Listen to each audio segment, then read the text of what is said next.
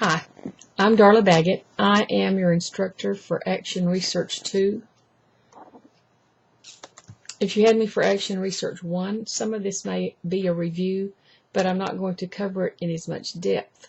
If you did not have me for Action Research 1 and need some clarification, let me know and I'll get to some videos I made for that first class. Bottom line, Action Research is about taking action based on research and then researching that action, and then there we are, back at the start of the circle. It is very cyclical. Some of the main characteristics of Action Research are that it's done by you, the teacher. It involves you reflecting on something. It involves you determining what your question is by, is there something that you're really wanting to try in your classroom? Is there something that you are doing in your classroom that you want to know, is that really working? There's a variety of ways that you can come at this, and I would be glad to brainstorm with you if you don't have this well in place.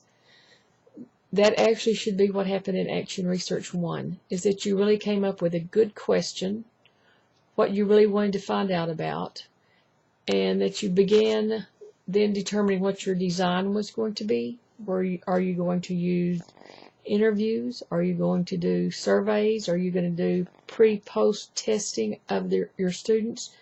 Do you have some data from a previous year that you'll use to pull into a post kind of situation now in a new context?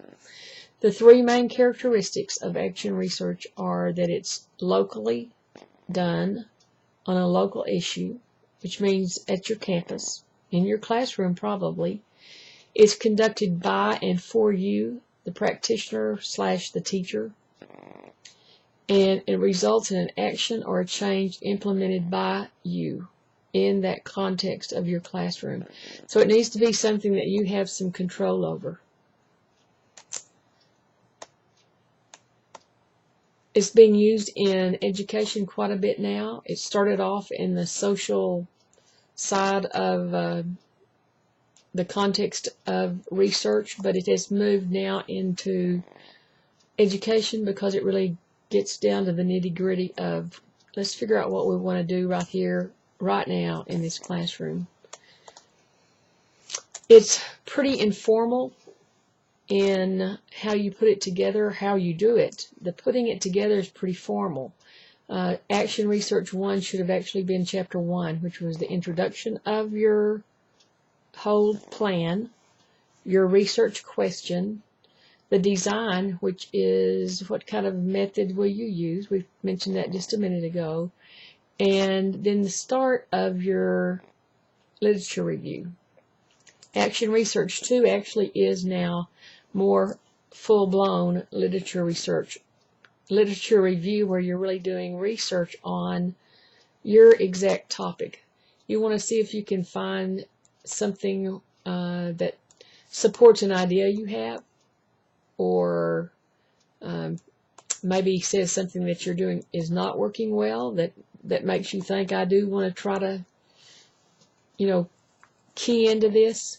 Primarily, you should be looking at either improving student learning, improving curriculum, adapting instruction or assessment strategies, maybe thinking about your own professional development, or something that would arise out of the school or community context, which might even involve families, or even some community in some form or another, depending on how it's coming into your classroom.